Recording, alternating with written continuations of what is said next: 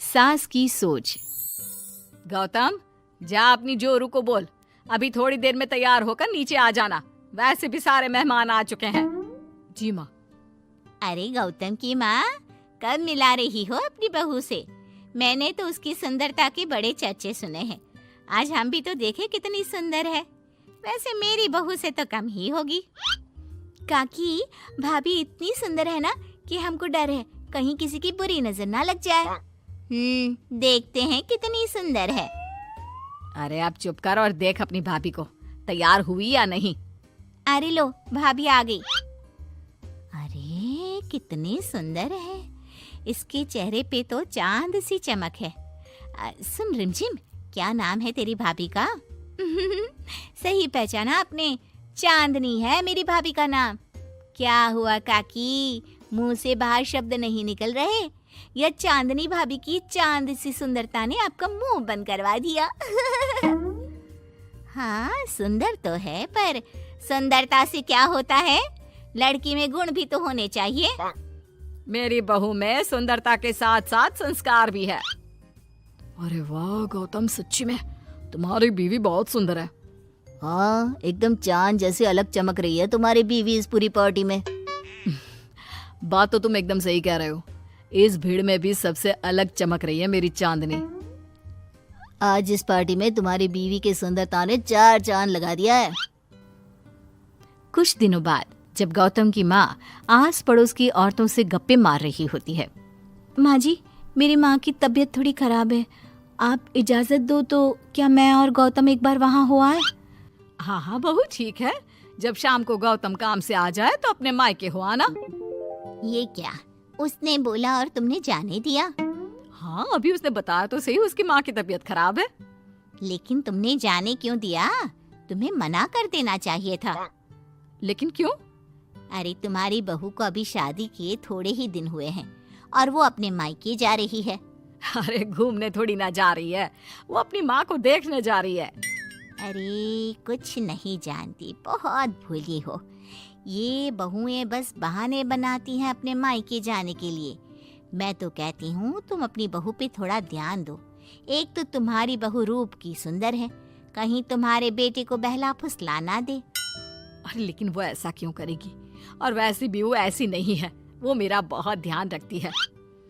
तुम ना आजकल के बच्चों को नहीं जानती। शुरू शुरू में ये सास की सेवा करना, परिवार का ख्याल रखना बहुत अच्छे से जानती है और पीठ पीछे अपने पतियों को परिवार से अलग होने की सलाह देती रहती है। क्यों बहनों, क्या मैं गलत कह रही हूँ? हाँ, वैसे बात तो सही है आपकी। और पता है, मेरी बहन के बेटे की शादी को अभी 1 महीना भी नहीं हुआ और उसका बेटा अपनी बीवी की हर बात मानता है। और तो और अपनी बीवी के लिए अपनी माँ से लड़ता भी है। पूरा का पूरा अपनी जोरू का गुलाम बन गया है। तुम्हारी बहू वैसे भी इतनी सुंदर है, ऊपर से पढ़ी लिखी भी है। और आजकल की पढ़ी लिखी लड़कियां अपने पति को चिकनी चुपड़ी बातों में फंसाकर अपना काम निकलवाना जानती है। हाँ। अरे हाँ, पर मेरी बहू चांदनी समझदार है। हाँ, यही तो बात है। तुम किसी के चेहरे पे देखकर उसके दिमाग में क्या चल रहा है वो थोड़ी ना बता सकती हो। और हाँ, अपनी बहू के चांद से सुंदर चेहरे को देखकर धोखा मत खा जाना। अरे जरूरी थोड़ी ना है जो इंसान चेहरे से सुंदर हो वो मन से भी सुंदर हो, क्योंकि चांद पे भी तो दाग होते हैं। थोड़ी देर बाद सभी अपने अपने घर चले जाते हैं। शाम को चांदनी और गौतम घर आते हैं। और बहू, माँ को देखाई? जी माँ जी, अब थोड़ा ठीक है। बहू, अब तुम्हारा घूमना फिरना हो गया हो तो घर के कामों में मेरा हाथ बटाओ। जी माँ जी। मेरा ये घुटनों का दर्द कभी भी शुरू हो जाता है। बहू, लगता है आज सारा काम तुझी को करना होगा। कोई बात नहीं माँ जी, काम ही तो है, काम तो होता रहेगा। आप पहले अपना ख्याल रखिए। ठीक है, अब तो इतना बोल ही रही है तो मैं अपने कमरे में आराम करने जा रही हूँ। अगले दिन सुबह जब गौतम ऑफिस के लिए निकल रहा होता है। माँ, अब कैसा है तुम्हारे घुटनों का दर्द? ज्यादा तो नहीं हो रहा? नहीं तो शाम को चांदनी आपको डॉक्टर के पास दिखाएगी। तुझे किसने बताया? बहू ने इतनी जल्दी तेरे पास मेरी चुगली भी कर दी? माँ, माँ चुगली नहीं, उसे आपकी चिंता है इसलिए उसने मुझे बताया। उसे डर था कहीं आपका दर्द बढ़ ना जाए। थोड़ी देर बाद चांदनी वहां आती है। माँ जी, मैं सोच रही थी हम लोगों को अब किसी दूसरे घर में शिफ्ट हो जाना चाहिए। लेकिन क्यों? और अचानक से तुम्हें ये ख्याल क्यों आया? वो माँ जी, मेरी एक सहेली अपना घर बेच रही है और उसका घर गौतम के ऑफिस के पास पड़ता है। और देखिए ना, गौतम को यहाँ से ऑफिस कितना दूर पड़ता है और आपके लिए भी बाजार दूर पड़ता है। अगर हम वो घर खरीद लेते हैं तो हमारा कितना फायदा है। गौतम को ऑफिस के लिए दूर नहीं जाना पड़ेगा और आपको जब शॉपिंग जाने का मन करे आप जा सकती हो। ऊपर से वो मेरी दोस्त है तो वो हमें घर थोड़े कम दाम में भी बेचेगी। हाँ, बात तो तुम सही कह रही हो।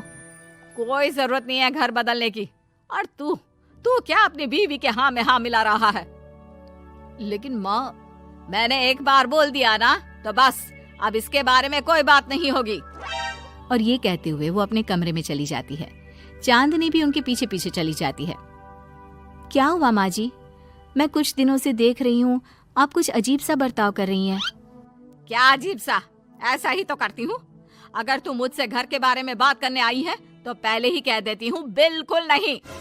नहीं माँ जी, घर के बारे में बात करने नहीं आई। माँ जी, मुझसे कोई गलती हो गई है क्या? अगर कोई गलती की है तो डांट दीजिए, बात कीजिए। पर माँ जी, ऐसा व्यवहार मत कीजिए। मैं बिल्कुल बुरा नहीं मानूंगी। और अगर आप अभी बताना नहीं चाहती तो आपका जब मन करे बता देना। मैं बस इतना ही कहने आई थी।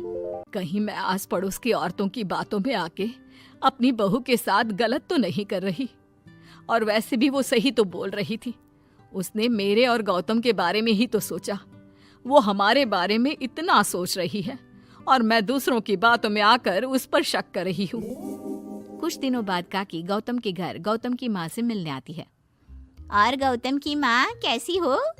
मैंने सुना तुम घर बदल रही हो। हाँ, वो वहाँ से गौतम का ऑफिस पास पड़ता है ना, वहाँ की तरफ ज्यादा सुविधाएं भी है। लेकिन इतनी जल्दी तुमने घर कैसे ढूंढा? किसने बताया? मुझे भी बताओ, मुझे भी अपना घर बदलना था। ये चांदनी का आइडिया था, उसी ने घर ढूंढा। देखा, मैंने कहा था ना, इसने अभी से अलग घर ढूंढना भी शुरू कर दिया। देखो, इसमें मेरी भी रजामंदी है। और तुम क्या मेरी बहू की जासूसी करने यहाँ आती हो या मेरा हाल चाल पूछने? मैं तो बस। और एक बात मेरी ध्यान से सुन लो, मेरी बहू भी सुंदर है, उसका मन भी उसी की तरह सुंदर है।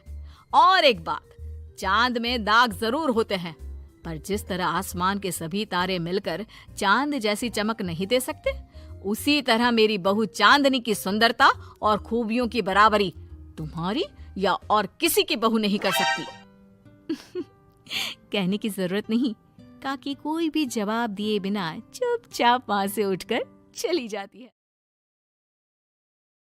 वीडियो को लाइक, शेयर और सब्सक्राइब करना ना भूलें।